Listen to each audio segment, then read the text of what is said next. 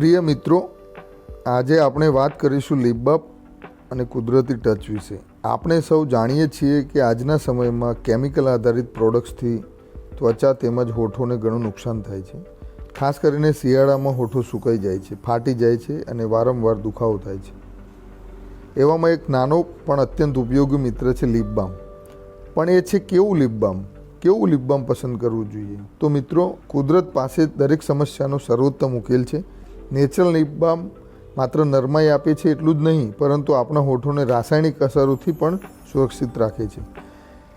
સિયા butter, વીબેક્સ, નારિયેળ તેલ, બદામ તેલ જેવા કુદરતી ઘટકો ધરાવતા લિપ બામ હોઠોને ઉડે સુધી પોષણ આપે છે, ભેજ રાખે છે અને દિવસભર સ્વાભાવિક ચમક જાળવી રાખે છે.